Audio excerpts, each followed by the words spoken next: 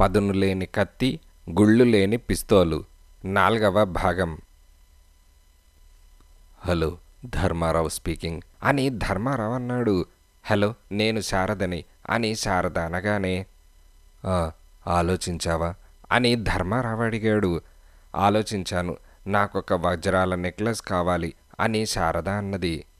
వజ్రాల నెక్లెసా? ఎంత ఖరీదులో అని ధర్మారావు అడిగాడు. 10,000 రూపాయల ఖరీదన్నా ఉండాలి అని శారద అనగానే ధర్మారావు నవ్వి, వజ్రాల నెక్లెస్ బదులు 10,000 రూపాయల రొక్కం తీసుకోవచ్చుగా అని ధర్మారావు అనగానే, అది నాకిష్టం లేదు. నా చిన్ననాటి స్నేహితుడు ధర్మారావు జ్ఞాపకార్థం ఒక నెక్లెస్ ఇచ్చాడని చెప్పుకోవచ్చు అని శారద అనగానే, అందరికీ చెబుతావన్నమాట అని ధర్మారావు అన్నాడు. ఎందుకు చెప్పను అని శారద అన్నది. నీ భర్తకి కూడా చెబుతావా అని ధర్మారావు అనగానే, ఓ ఎప్పుడో చెప్పేశాను అని శారద అన్నది. నువ్వు సంపూర్ణను గురించి చెప్పే విషయాలు అంత విలువ చేస్తాయో లేదో నాకెలా తెలుస్తుంది అని ధర్మారావు అనగానే, నేను సంపూర్ణను గురించి చెప్పగలిగిన విషయాలివి. ఆమె ఎవరిని పెళ్లి చేసుకుంది, అతనితో ఎక్కడ ఉండేది చెబుతాను అని శారద అనగానే, సంపూర్ణ ఇప్పుడు ఎక్కడ ఉన్నది తెలుసునన్నమాట అని ధర్మారావు అడిగాడు. ఎక్కడ ఉండేది తెలుసు అని శారద అనగానే, అయితే వెంటనే నన్ను కలుసుకో. నీకా 10,000 రూపాయలకు చెక్కిస్తాను. నెక్లెస్సే కొనుక్కుంటావో కాసుల పేరే కొనుక్కుంటావో నీ ఇష్టం అని ధర్మారావు అనగానే, నువ్వే మొన్న వెళ్ళిన నగల కొట్టుకు వెళ్ళి నెక్లెస్ కొని నన్ను కలుసుకో. ఆ కొట్టు మేనేజర్కి నా పేరు చెప్పు. నేనేరిన నెక్లెస్ ఇస్తాడు. నీ చెక్కు కూడా తీసుకుంటాడు అని శారద అన్నది. సరే, ఎక్కడ కలుసుకోను అని అతను అడగగానే, మా ఇంటికి రా అని శారద అన్నది. మరి నీ భర్త అని ధర్మారావు అనగానే, పని మీద ఊరికి వెళ్ళాడు అని శారద అన్నది. సరే, ఇంకో గంటలో వస్తాను అని ధర్మారావు ఫోన్ పెట్టేశాడు. మళ్ళీ రిసీవర్ తీసి యుగంధర్ ఫోన్ నెంబర్ తిప్పాడు. యుగంధర్ లేడని నౌకరు చెప్పాడు. ధర్మారావు హడావిడిగా బట్టలు మార్చుకొని బయలుదేరాడు. ఇదిలా ఉండగా యుగంధర్ ఫోన్లో హోటల్ మేనేజర్ని, ధర్మారావు గారు వచ్చారా అని అడిగాడు. రాలేదండి, నిన్న సాయంకాలం అనగా వెళ్ళారు, మళ్ళీ తిరిగి రాలేదు. మాకు కంగారుగా ఉన్నది అని మేనేజర్ అన్నాడు. ఆల్ రైట్, రాగానే నాకు ఫోన్ చేయండి అని యుగంధర్ ఫోన్ పెట్టేశాడు.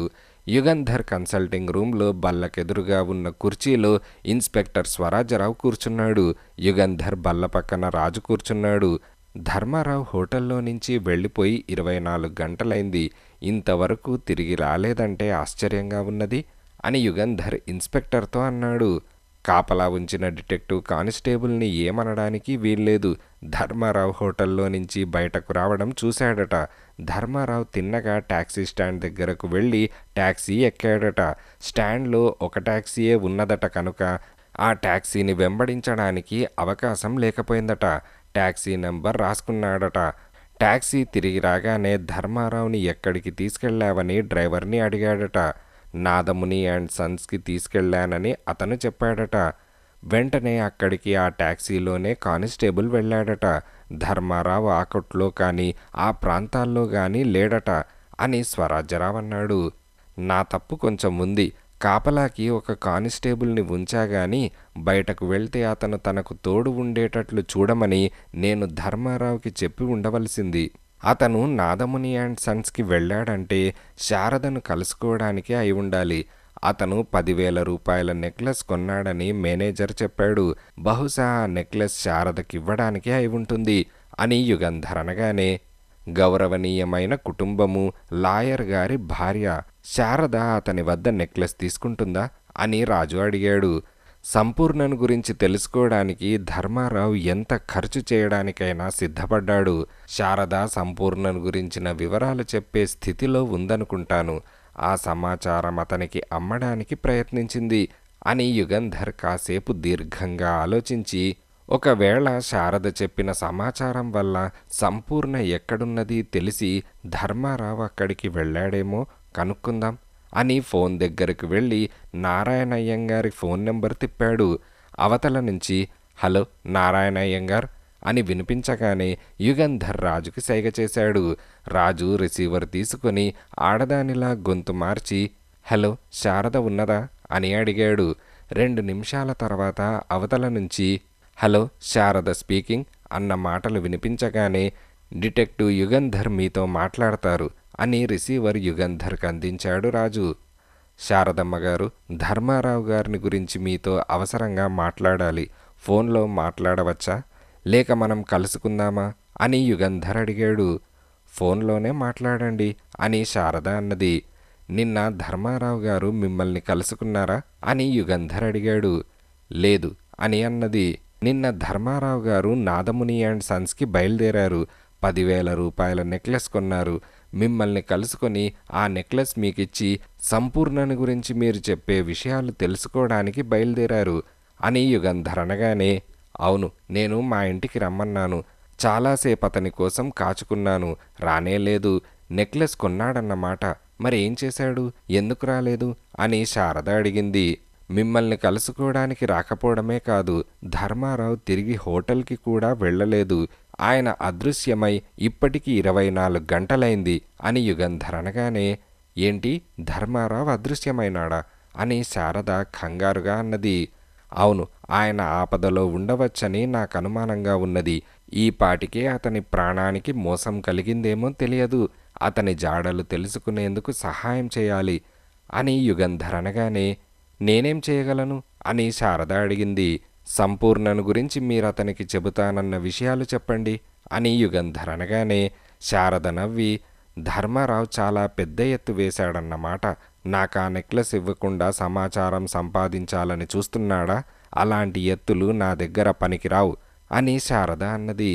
ఇందులో మోసమేమీ లేదు. ధర్మారావు అదృశ్యమైన విషయం నిజం. మిమ్మల్ని మోసం చేయాలనే ఉద్దేశం ధర్మారావుకి లేదు. మీరు నాదముని అండ్ సన్స్కి ఫోన్ చేసి అడగండి. ధర్మారావు 10,000 రూపాయల నెక్లెస్ కొన్నాడని వాళ్ళు చెబుతారు. అది మీకివ్వడానికే బయలుదేరాడు. కానీ మిమ్మల్ని కలుసుకునే లోపున ఆయనకేదో ఆపద సంభవించుండాలి అని యుగంధర్ అనగానే ఏమో, నెక్లెస్ కొనడం కూడా మీరు ఆడుతున్న నాటకమై ఉండవచ్చు అని శారద అన్నది. మీరు నాకు చెప్పకపోతే పోలీసులకు చెప్పవలసి వస్తుంది. ఇన్స్పెక్టర్ స్వరాజ్యరావు ఇప్పుడు నాకెదురుగా కూర్చున్నారు.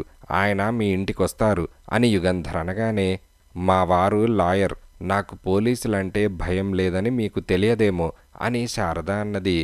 భయపడతారని కాదు, అధికారయుతంగా మీ నుంచి సమాచారం తెలుసుకోవాల్సి వస్తుందని హెచ్చరించాను అని యుగంధర్ అన్నాడు. శారద కాసేపు మౌనంగా ఉండి సరే, సాయంకాలం 6 గంటలకు మెరీనా బీచ్కి రండి, గాంధీ ప్రతిమ దగ్గర ఉంటాను అని ఫోన్ పెట్టేసింది. ఇదిలా ఉండగా టాక్సీ ఇక్కడే ఆపు అని రేవతి విశ్వం ఆఫీస్కి 50 గజాల దూరంలో టాక్సీ ఆపించింది. విశ్వం కారు బయట ఉన్నది కనుక తన భర్త ఆఫీస్ నుంచి బయలుదేరలేదని నిశ్చయించుకున్నది.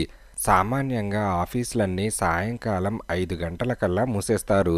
తన భర్త ఆఫీస్ మాత్రం రాత్రి 9-10 గంటల వరకు తెరిచి ఉండటం గురించి తనింతకు ముందే అనుమానించకపోవడం తన తెలివి తక్కువ అనుకున్నది. విశ్వం బయటకు రాగానే కారెక్కి స్టార్ట్ చేస్తాడని, తనన్ను చూడడని, ఒకవేళ తనున్న టాక్సీ వైపు తిరిగినా తను బాగా వెనక్కు ఆనుకొని కూర్చుంటే కనిపించనని రేవతి అనుకున్నది. చీకటి పడింది. విశ్వం ఆఫీస్లో గుమాస్తాలందరూ వెళ్ళిపోయారు.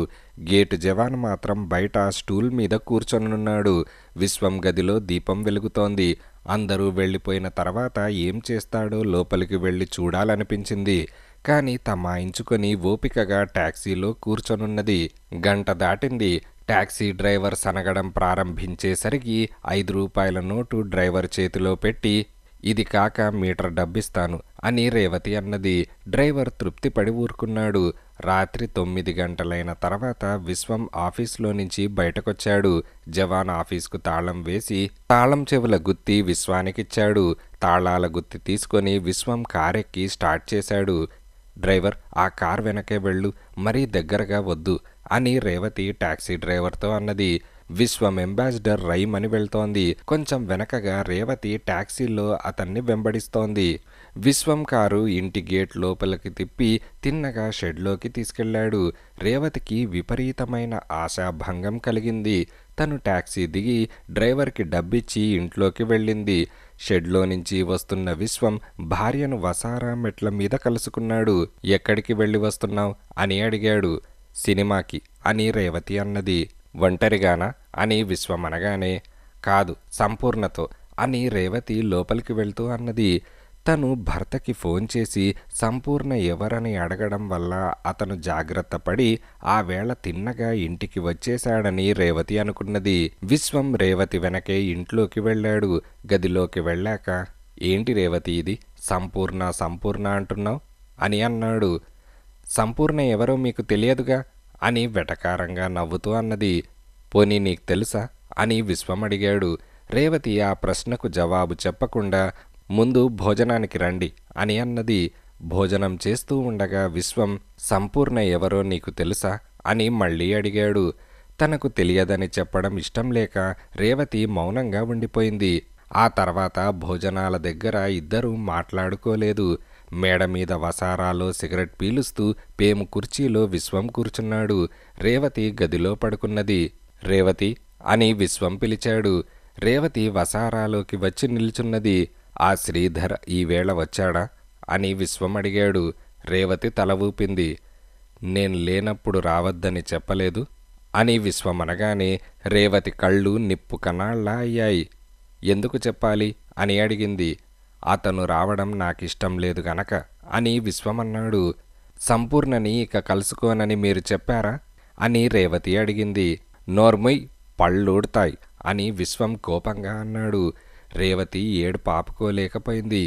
మీరు మీ ఇష్టం వచ్చిన ఆడవాళ్లతో తిరగవచ్చు, ఆ సంపూర్ణతో సరసాలాడుతూ రాత్రిళ్ళు ఇంటికి ఆలస్యంగా రావచ్చు, నేను మాత్రం ఎవరితో మాట్లాడకుండా ఒంటరిగా అని రేవతి అంటూ ఉండగానే విశ్వం ఈడ్చి చెంప మీద కొట్టి నోటికి హద్దుండాలి అని అన్నాడు. రేవతి తన గదిలోకి వెళ్ళిపోయింది. విశ్వం వసారాలో పచార్లు చేయసాగాడు. అతనికి రేవతి అంటే చాలా ఇష్టం. సహనం పోయి అలా కొట్టినందుకు చింతిస్తూ తప్పు చేసిన వాడి మళ్ళే పడక గదిలోకి వెళ్ళాడు. గది చీకటిగా ఉన్నది.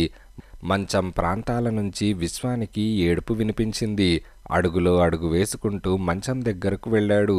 వంగి రేవతి తల మీద చెయ్యి వేసి రేవతి క్షమించు, పశువులా ప్రవర్తించాను అని అన్నాడు. భర్త పశ్చాత్తాపంతో అలా అనగానే రేవతి దుఃఖం కట్టలు తెంచుకొని పొంగి పొర్లింది. ప్లీజ్ రేవతి, చేతులారా మన బతుకులు పాడు చేస్తున్నావు. ఎందుకిలా తయారయ్యావు? రేపటి నుంచి సాయంకాలం 5 గంటలకల్లా ఇంటికి వస్తాను, సరేనా? మనిద్దరం కలిసి బీచ్కో సినిమాకో వెళ్దాం, సరేనా? ఏడవకు అని విశ్వం బుజ్జగించడం ప్రారంభించాడు. భర్తలో కలిగిన ఈ ప్రవర్తనకు రేవతి ఆశ్చర్యపోయింది. సంపూర్ణ విషయం తెలిసిపోయిందనా అలా అంటున్నారు అని అడిగింది. సంపూర్ణ సంపూర్ణ అని కొట్టుకుపోతున్నావు, ఆమెను గురించి నీకెవరు చెప్పారు అని విశ్వం అడిగాడు. ఇలాంటి విషయాలు ఎంత ప్రయత్నించినా దాగవు అని రేవతి అన్నది. విశ్వం ఆమెను తన ఒళ్ళోకి లాక్కొని రేవతి తెలియకుండా మాట్లాడకు, సంపూర్ణకి ఎన్నేళ్లుంటాయనుకుంటున్నావు అని అడిగాడు. నాకేం తెలుసు, బహుశా నాకంటే చిన్నదేమో అని రేవతి అనగానే 55 ఏళ్లుంటాయి అని విశ్వమన్నాడు. అబద్ధాలు, నన్ను మోసం చేయడానికి అలా చెప్తున్నారు అని రేవతి అనగానే నిజమే చెబుతున్నాను రేవతి అని విశ్వమన్నాడు. అయితే దాపరికం దేనికి? ఎక్కడున్నది? మీకు ఆవిడకు సంబంధమేమిటి అని రేవతి అడిగింది. ఆమె ఎక్కడున్నదో నాకు తెలియదు రేవతి అని విశ్వమన్నాడు. ఆమెకు మీకు సంబంధమేమిటి అని రేవతి కోపంగా అనగానే ఆమె నా తల్లి అని విశ్వమన్నాడు. ఇదిలా ఉండగా రంగారావు గారు అని పిలుపు వినపడగానే గిరిజ గుమ్మం దగ్గరకు వెళ్ళి ఎవరు అని అడిగింది. రంగారావు గారు ఉన్నారా అని అతను అడిగాడు. ఉన్నారు, మీరెవరు అని గిరిజ అడిగింది. ఇన్స్పెక్టర్ స్వరాజ్యరావు గారు పంపించారు. రంగారావు గారిని ఆయన కుమార్తె గిరిజని హెడ్ క్వార్టర్స్కి పిలుచుకురమ్మన్నారు అని అతనన్నాడు. ఎందుకు అని గిరిజ అనగానే నాకు తెలియదు అని అతనన్నాడు. ఉండండి, నాన్నగారితో చెప్పి వస్తాను అని గిరిజ లోపలికి వెళ్ళింది. 5 నిమిషాలలో రంగారావు హాల్లోకి వచ్చి మమ్మల్ని పోలీస్ హెడ్ క్వార్టర్స్కి ఎందుకు రమ్మన్నారు అని కోపంగా అడిగాడు. నాకు తెలియదు అని ఆ వచ్చిన మనిషి అన్నాడు. మమ్మల్ని ఏదైనా అడగవలసి ఉంటే ఇంటికి వచ్చి అడగాలి గాని పోలీస్ హెడ్ క్వార్టర్స్కి రమ్మనడమేమిటి అని రంగారావు గర్జించాడు. ఏవో కొన్ని ప్రశ్నలు అడగవలసి ఉందట. ఎవరో సాక్షిని మీకు చూపించాలట.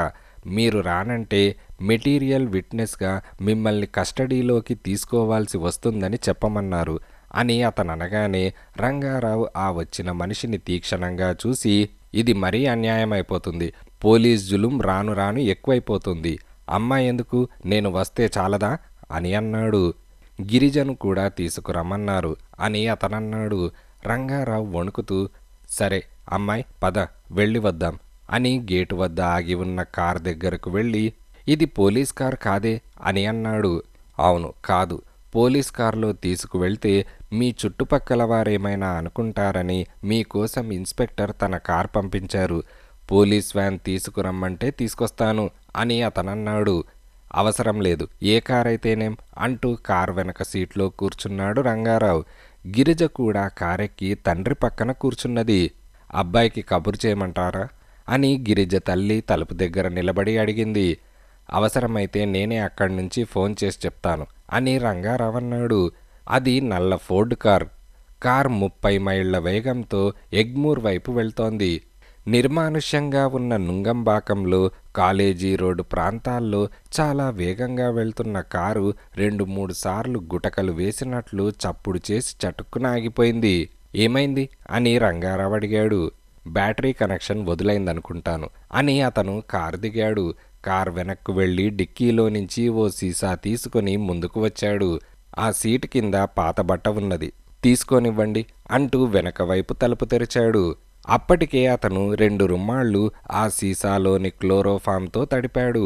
రంగారావు గిరిజ అనుమానించలేదు. కొంచెం ఇటు ముందుకు జరగండి అని అతనన్నాడు. రంగారావు గిరిజ ముందుకు జరిగారు. అతను చటుక్కున తన చేతిలోని 2 జేబు రుమాళ్ళు చెరొక చేతిలోనూ పట్టుకొని వాళ్ల ముక్కులకు అదిమి పెట్టాడు. రంగారావు 2 చేతులతో అతని చెయ్యి తోసేయడానికి ప్రయత్నించాడు. గిరిజ గిలగిల్లాడింది కానీ అట్టే వ్యవధి లేకుండానే 2 క్షణాల్లో వాళ్లకు స్పృహపోయింది. ఇద్దరూ సీట్లలో వెనక్కు జారిగిలబడిపోయారు. అతను ఒకసారి వీధి 2 వైపులా చూశాడు. రోడ్డు మీద ఎవరూ లేరు. అతను తృప్తిగా నవ్వుకొని కార్ స్టార్ట్ చేశాడు. ఇదిలా ఉండగా, ఇలా ఇసుకలో కూర్చోండి అని శారద డిటెక్టివ్ యుగంధర్ తన దగ్గరకు రాగానే అన్నది. యుగంధర్ ఇసుకలో చతికిలబడి, మీరు సహాయం చేయడానికి అంగీకరించినందుకు చాలా థ్యాంక్స్ అని అన్నాడు. ధర్మారావు తిరిగి వచ్చాడా అని శారద అడిగింది. లేదు, సంపూర్ణ గురించి మీకు తెలిసిన విషయాలు చెప్పండి అని యుగంధర్ అడిగాడు. మా ఇంట్లో నుంచి వెళ్ళిపోయిన 5-6 ఏళ్ల తర్వాత ఎప్పుడో సంపూర్ణ తిరిగి మా ఇంటికి వచ్చింది. అప్పుడు 2 పిల్లల్ని తీసుకువచ్చిందని అమ్మ మీతో చెప్పిందిగా. పెళ్లి చేసుకున్నానని చెప్పింది. 2 తన పిల్లలేనని చెప్పింది అని శారద అన్నది. భర్త పేరు, ఏ ఊళ్ళో ఉంటున్నది, అతనే ఉద్యోగం చేస్తున్నది చెప్పిందా అని యుగంధర్ అడిగాడు. శారద తల ఊపి, భర్త పేరు రంగారావని, కడపలో శానిటరీ ఇన్స్పెక్టర్గా ఉంటున్నాడని చెప్పింది అని అన్నది. యుగంధర్ ఆశ్చర్యపోలేదు. రంగారావుకి సంపూర్ణకి ఇటువంటి సంబంధమేదో ఉండాలని ముందే అనుమానించాడు. తర్వాత మళ్ళీ ఆమెనెన్నడైనా మీరు చూశారా అని యుగంధర్ అడిగాడు. 2 ఏళ్ల క్రితం మా ఇంటికి మళ్ళీ వచ్చింది. అమ్మ ఊళ్ళో లేదప్పుడు అని శారద అనగానే, 2 ఏళ్ల క్రితం వచ్చిందా, ఎక్కడ ఉంటున్నానని చెప్పింది అని యుగంధర్ అడిగాడు. చాలా బీదగా కనిపించింది, బాగా చిక్కిపోయింది. వయస్సు మళ్ళడం వల్ల అలా అయిందేమో. మా ఇంట్లో వంట మనిషిగా పెట్టుకోమని అడిగింది అని శారద అనగానే, పెళ్లి చేసుకున్నది, పిల్లలు పెద్దవాళ్లై ఉంటారు, ఆమెకి అదేం కర్మ అని యుగంధర్ అడిగాడు. నేను అదే ప్రశ్న అడిగాను. తన కర్మ అన్నది, రోజులు బాగా లేవన్నది, ఇక విపులీకరించి చెప్పలేదు అని శారద అనగానే, మరి మీరేమన్నారు అని యుగంధర్ అడిగాడు. అప్పటికి 7 ఏళ్ల నుంచి ఒక ఆమె మా ఇంట్లో వంట చేస్తున్నది. ఆమెను తీసేసి సంపూర్ణని ఎందుకు పెట్టుకోవాలి, అవకాశం లేదని చెప్పి ఓ 10 రూపాయలిచ్చి పంపేశాను అని శారద అన్నది. తర్వాత మళ్ళీ ఎన్నడైనా మీ ఇంటికి వచ్చిందా అని యుగంధర్ అడిగాడు. లేదు అని శారద అనగానే, మీరు శ్రీమంతులు, మీ భర్తకు మంచి సంపాదన ఉన్నది. ధర్మారావుని 10,000 రూపాయల నెక్లెస్ ఎందుకు అడిగారో ఊహించలేకుండా ఉన్నాను అని యుగంధర్ అనగానే, శారద నవ్వి, అతన్ని చూస్తే అడగాలనిపించింది అంతే. బహుశా నెక్లెస్ తీసుకొని వచ్చి ఉంటే అది అతని మొహాన కొట్టి సంపూర్ణ విషయం చెప్పి పంపేసేదాన్నేమో. ఈ వయసులో నాకు నెక్లెస్ దేనికి, నాకు పిల్లలు లేరు అని శారద కాస్త దిగులుగా అన్నది. చాలా థ్యాంక్స్ అని యుగంధర్ శారద దగ్గర సెలవు తీసుకొని బయలుదేరాడు. ఇదిలా ఉండగా యుగంధర్ తన కన్సల్టింగ్ రూంలో అటూ ఇటూ పచార్లు చేస్తూ తీవ్రంగా ఆలోచిస్తున్నాడు. ఈ కేసు చాలా విచిత్రంగా ఉన్నది. దారి తెన్ను లేదు. ఈ కేసుతో సంబంధం ఉన్న వాళ్ళు చాలామంది ఉన్నారు. కానీ వాళ్లలో ఒకరికి ఉన్న సంబంధమేమిటో తెలియడం లేదు. అందరికీ సంపూర్ణతో ఏదో సంబంధం ఉన్నదని మాత్రం ఊహించవచ్చు. కానీ ఏమిటా సంబంధం? ధర్మారావు అదృశ్యమైనాడంటే హత్య చేయబడ్డాడా? అతని శవం దొరకలేదు. అతను అదృశ్యమై 2 రోజులు కావస్తోంది. రంగారావు గిరిజ అదృశ్యమై 24 గంటలు కావస్తోంది. ఆ తండ్రి కూతుళ్ళు కూడా హత్య చేయబడ్డారా? సంపూర్ణకి రంగారావుకి ఉన్న సంబంధం గురించిన వివరాలు పూర్తిగా తెలియాలంటే రాజు కడప నుంచి తిరిగి రావాలి. రంగారావుకి ఇప్పుడు ఇంకో భార్య ఉన్నది. 2 ఏళ్ల క్రితం వరకు సంపూర్ణ బతికే ఉన్నట్లు తెలిసింది. అంటే రంగారావుతో సంపూర్ణకి సంబంధం పోయి చాలా కాలమై ఉండాలి. గిరిజ, గిరిధర్ ఆ 2వ భార్య పిల్లలై ఉండాలి. అయితే సంపూర్ణ పిల్లలు ఏమయ్యారు? ఒక కొడుకు, ఒక కూతురున్నారని శారద చెప్పింది. హత్య చేయబడ్డ వెంకట్రాజు సంపూర్ణ కొడుక? సంపూర్ణ కొడుకుని, సంపూర్ణతో సంబంధం ఉన్న మిగతా అందర్నీ హత్య చేయడానికి ఎవరో పూనుకున్నారంటే సంపూర్ణ ఆ మనిషికి తీరని అపచారం చేసి ఉండాలి. యుగంధర్ ఎంత ఆలోచించినా అంతు చిక్కలేదు. రాజు తిరిగి వస్తే కాని ఈ కేసుకు ఆయువు పట్టు దొరకదు. అంతవరకు ఎంత ఆలోచించినా చీకట్లో తడుముతున్నట్లు ఉంటుందని యుగంధర్ అనుకున్నాడు. అంతలో ఎవరో వచ్చినట్లు గంట మోగింది. యుగంధర్ లోపలికి రమ్మనగానే స్వింగ్ డోర్స్ తోసుకొని 2 లోపలికి వచ్చారు. నా పేరు విశ్వం, ఈమె నా భార్య రేవతి, మీ సహాయం కోరి వచ్చాం అని అతనన్నాడు. కూర్చోండి అని యుగంధర్ అనగానే నన్ను హత్య చేస్తానని బెదిరిస్తూ ఒక ఆకాశరామన్న ఉత్తరం వచ్చింది అంటూ విశ్వం ఓ కాగితం యుగంధర్కి అందించాడు. యుగంధర్ ఆ కాగితం తీసుకొని చదివి సంపూర్ణ అని మెల్లిగా గొణిగి, సంపూర్ణ మీకేమవుతుంది అని అడిగాడు. ఆమె నా తల్లి అని విశ్వమన్నాడు.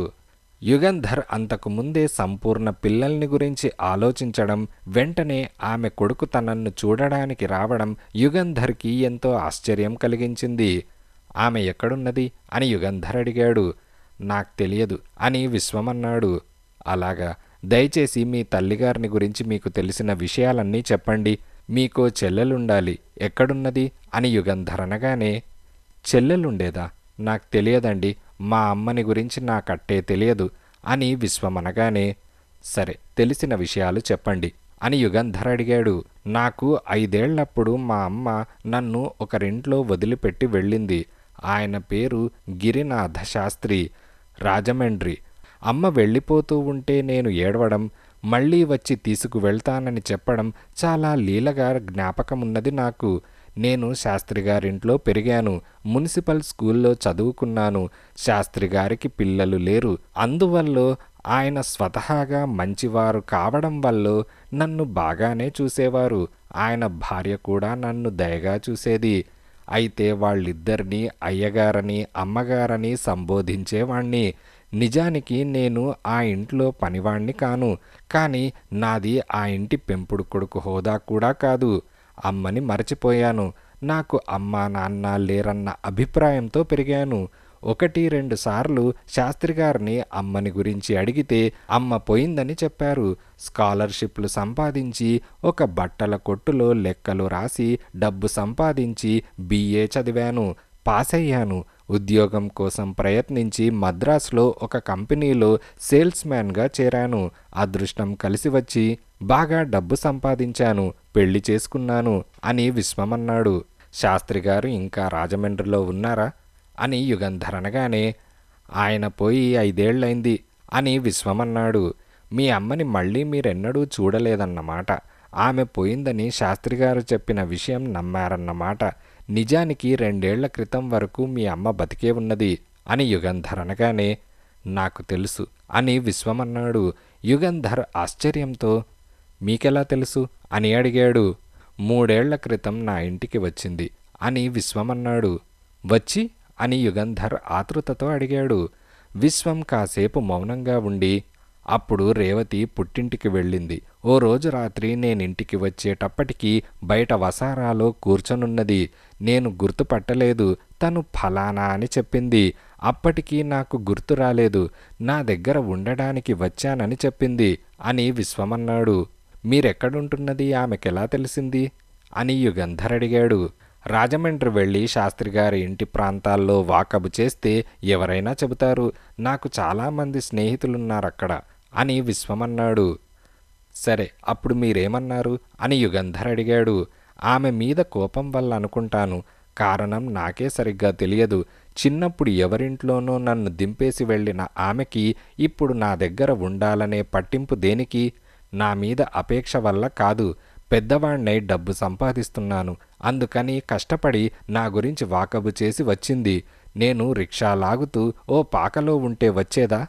నన్ను కన్న తల్లి కనుక నా మీద అధికారం ఉందనుకొని వచ్చింది. ఇన్నేళ్ల తర్వాత అమ్మకి నేను జ్ఞాపకం రావడం ఎందుకు? డబ్బు కోసం. అందుకని డబ్బిస్తాను వెళ్ళమని చెప్పాను అని విశ్వమనగానే, మరి ఆమె ఏమన్నది అని యుగంధర్ అడిగాడు. కళ్ళనీళ్లు పెట్టుకున్నది. నా దగ్గరకు రావడం తను చేసిన పొరపాటన్నది. డబ్బు కావాలిస్తే అడుగుతానని చెప్పి వెళ్ళిపోయింది అని విశ్వమన్నాడు. తర్వాత అని యుగంధర్ అడిగాడు. మళ్ళీ కనిపించలేదు అని విశ్వమన్నాడు. ఎక్కడున్నది, ఏం చేస్తున్నది తెలుసుకోవడానికి మీరు ప్రయత్నించలేదా అని యుగంధర్ అడిగాడు. లేదు అని విశ్వమన్నాడు. విశ్వం ప్రవర్తన విచిత్రంగానే ఉన్నది. ఏ మానసికవేత్తో పరిశోధిస్తే అతని ప్రవర్తనకు సబబైన కారణాలు కనిపించవచ్చు. ఈ ఆకాశరామన్న ఉత్తరం చులకనగా తీసిపారేయకుండా నా దగ్గరకు రావడం చాలా మంచి పని చేశారు అని యుగంధర్ వెంకట్రాజు హత్య గురించి, ధర్మారావు, రంగారావు, గిరిజ మాయం కావడం గురించి చెప్పి, మీరు జాగ్రత్తగా ఉండడం మంచిది. ఈ ఉత్తరం ఉత్త బెదిరింపు కాదు అని అన్నాడు. విశ్వం కాసేపు ఆలోచించి, ధర్మారావు గారు నా తండ్రా అని అడిగాడు. కారనుకుంటాను. మీరు మీ అమ్మని ఆ విషయం అడగలేదా అని యుగంధర్ అనగానే, లేదు, నన్ను 5 ఏళ్లు పెంచిన అమ్మ మీద నాకు మమకారం లేకపోతే నేనెప్పుడూ చూడని ఆ తండ్రి మీద ఎలా ఉంటుంది అని విశ్వమన్నాడు.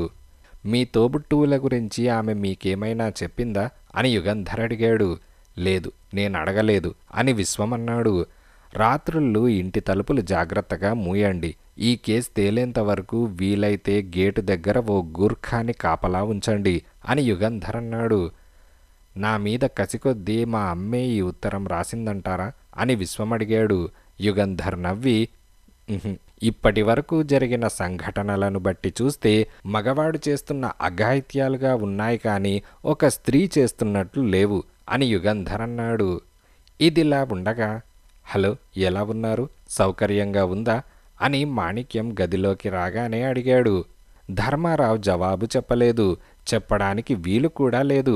అతని కాళ్ళు చేతులు తీగలతో గట్టిగా కట్టేసున్నాయి. నోరు కూడా నవారుతో బిగించబడి ఉన్నది. కొత్తగా వచ్చిన మీ రూమ్మేట్స్తో మీకింకా పరిచయం కాలేదన్నమాట అని మాణిక్యం నవ్వుతూ అన్నాడు. ధర్మారావుకి కొంచెం దూరంలో ఇంకో కుర్చీలో రంగారావు కూర్చున్నాడు. అతను ధర్మారావులా బంధించబడ్డాడు. రంగారావు పక్కన నేల మీద గిరిజ పడుకున్నది. ఆమె చేతులు కాళ్ళు కట్టేసున్నాయి. అరవడానికి వీలు లేకుండా నోరు బిగించింది. ఓహో, మీకింకా పరిచయమే కాలేదన్నమాట. పరిచయం చేస్తానుండండి. ఈయన ధర్మారావు, వ్యాపారస్తుడు, పారిశ్రామికుడు. లక్షల కొద్దీ ఆస్తి సంపాదించాడు. ఉదారుడు, దాత అని విజయవాడ ప్రాంతాల్లో ఈయనకు చాలా పేరున్నది. అందరూ వేణోళ్లా పొగిడారు. ఈయన కాలేజీలో చదువుతున్నప్పుడు సంపూర్ణ అనే యువతిని చెరిచాడని, ఆమె గర్భవతి అయినా ఆమెకు ఏమీ సహాయం చేయకుండా తన పేరు ప్రతిష్టల కోసం తాపత్రయపడిన నీచుడని ఎవరికీ తెలియదు. బహుశా తెలిసినా ఏదో కుర్రతనపు చేష్ట అని ప్రజలు క్షమిస్తారు. ఈయనకిప్పుడు డబ్బున్నది గనక విరివిగా దానాలు చేస్తాడు అని మాణిక్యం విరగబడి నవ్వాడు. ధర్మారావు కనురెప్పలు వాల్చకుండా మాణిక్యాన్ని చూశాడు. మాణిక్యం మానసికంగా ఆరోగ్యంగా లేడని ధర్మారావు గ్రహించాడు.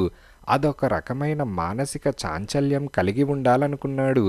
ఈయన పేరు రంగారావు, శానిటరీ ఇన్స్పెక్టర్, రాజంపేటలో ఉండేవాడు.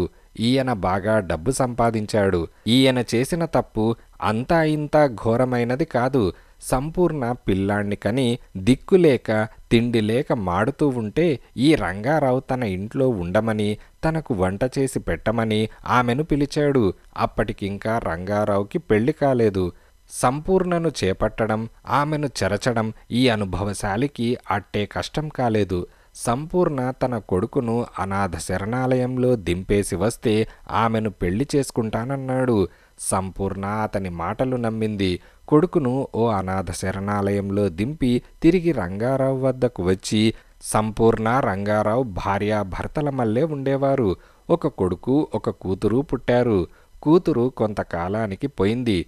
సంపూర్ణ తన మాట చెల్లించుకుంది. కానీ రంగారావు సంపూర్ణని మోసం చేశాడు. ఆమెను పెళ్లి చేసుకోలేదు అని రంగారావుని చూస్తూ కాసేపు మౌనంగా ఉండిపోయాడు మాణిక్యం. తర్వాత ఈ రంగారావుకి ఇంకో ఊరికి బదిలీ అయింది.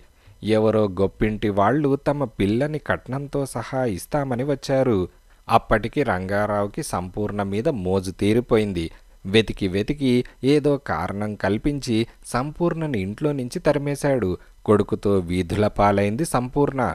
రంగారావు పెళ్లి చేసుకొని సుఖంగా ఉన్నాడు అని మాణిక్యం అనగానే రంగారావు కళ్ళు మూసుకున్నాడు. అటు ధర్మారావుని ఇటు గిరిజను కానీ చూడటం ఇష్టం లేక తల వంచుకున్నాడు. గిరిజ మాణిక్యాన్ని తీక్షణంగా చూసింది. మరి నాకేమిటి సంబంధం అన్న ప్రశ్న ఆమె కళ్ళలో ద్యోతకమైంది. మీరు మాట్లాడుకునేందుకు, మీరు చేసిన నేరాలను గురించి చర్చించుకునేందుకు అవకాశం ఇవ్వాలనుకున్నాను. ఆ అవకాశం కల్పిస్తాను. ఇప్పుడు మీ నోళ్లకు కట్టిన కట్లు తీసేస్తే అరవటం మొదలు పెడతారు. ఈ ప్రాంతాల్లో ఇళ్ళు లేకపోయినా దారిన పోయే మనిషి ఎవరైనా వినవచ్చు. అందుకని ఈ గది సౌండ్ ప్రూఫ్ చేస్తాను అని మాణిక్యమన్నాడు. ఆ ముగ్గురు మాణిక్యాన్ని చూస్తున్నారు. మాణిక్యం తలుపు తెరుచుకుని బయటకు వెళ్ళి కాసేపట్లో అద్దాలు అట్టలు తీసుకొచ్చాడు. కిటికీలకు అద్దాలు బిగించడం ప్రారంభించాడు. మాట్లాడే అవకాశం ఎప్పుడు వస్తుందా అని బంధించబడ్డ ఆ ముగ్గురు ఎదురు చూస్తున్నారు. ఇదిలా ఉండగా యుగంధర్ అసిస్టెంట్ రాజు కడప నుంచి తిరిగి వచ్చాడు. వెళ్ళిన దానికి ఫలితమేదైనా దక్కిందా అని డిటెక్టివ్ యుగంధర్ అడిగాడు. అక్కడ ఎండలు మాడిచేస్తున్నాయి సార్, వడ తగులుతుందేమో అని అనుకున్నాను అంటూ రాజు కుర్చీలో కూర్చొని రంగారావు కడపలో శానిటరీ ఇన్స్పెక్టర్గా ఉండే ముందు రాజంపేటలో అదే ఉద్యోగం చేసేవాడట. కడప వచ్చిన తర్వాతే రంగారావు పెళ్లి చేసుకున్నాడు. ఆ భార్యకు పుట్టిన వాళ్ళు గిరిధర్, గిరిజ. రాజంపేటలో కొంతకాలం బ్రహ్మచారిగా ఉండేవాడట. ఆ తర్వాత కొన్నాళ్లకు సంపూర్ణని తీసుకువచ్చాడట. సంపూర్ణకి అతనికి పరిచయం ఎక్కడైందో ఎలా అయిందో తెలియదు. పెళ్లి చేసుకున్నానని, భార్యను కాపురానికి తీసుకొచ్చానని చుట్టుపక్కల వాళ్లకు చెప్పాడట. సంపూర్ణకి అప్పుడు పిల్లలు లేరు అని అన్నాడు. యుగంధర్ ప్రశ్నార్థకంగా చూశాడు. ధర్మారావు వల్ల కలిగిన సంతానాన్ని మరెక్కడైనా వదిలిపెట్టిందో లేక అసలు ప్రసవించనే లేదో తెలియలేదు అని రాజు అన్నాడు. తర్వాత అని యుగంధర్ అడిగాడు. రాజంపేటలో ఉండగానే సంపూర్ణ కూతురు పోయిందట. రంగారావు సంపూర్ణతో పాటు కడపకు బయలుదేరాడని రాజంపేటలో అతని పక్కింట్లో వాళ్ళు చెప్పారు.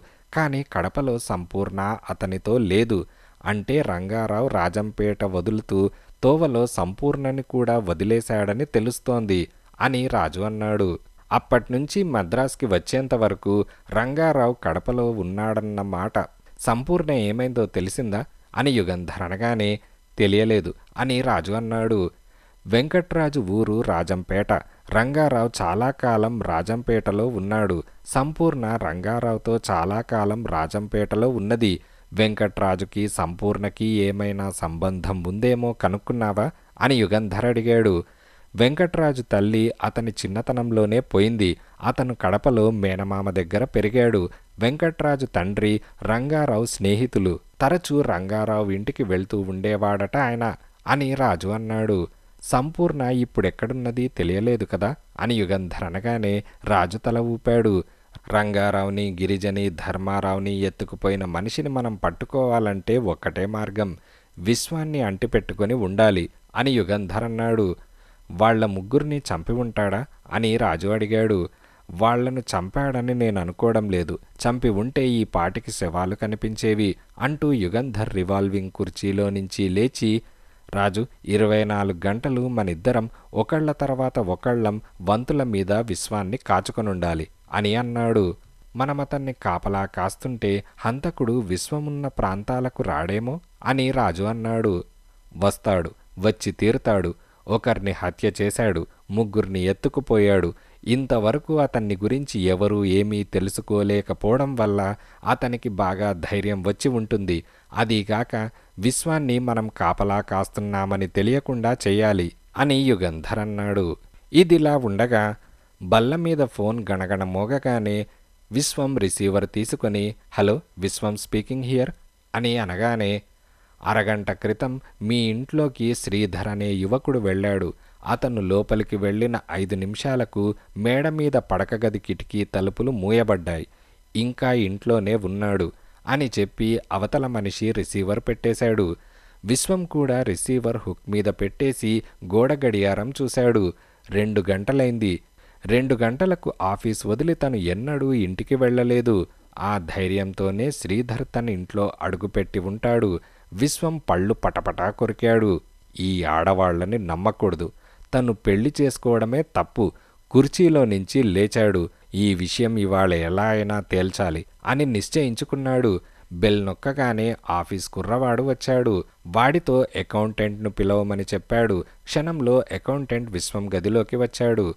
నాకు పనున్నది, ఇంటికి వెళ్తున్నాను, కాసేపట్లో వస్తాను, అవసరమైన పనేమైనా ఉంటే ఇంటికి ఫోన్ చేయి అని చెప్పి విశ్వం ఆఫీసులో నుంచి బయటకు వెళ్ళాడు. తలతలా మెరుస్తున్న అతని కార్ తలుపు తెరిచి డ్రైవింగ్ సీట్లో కూర్చొని సెల్ఫ్ స్టార్టర్ లాగాడు. కర్రుమని చప్పుడైంది. కానీ కార్ స్టార్ట్ కాలేదు. 2 నిమిషాలు ప్రయత్నించి హారన్ నొక్కాడు.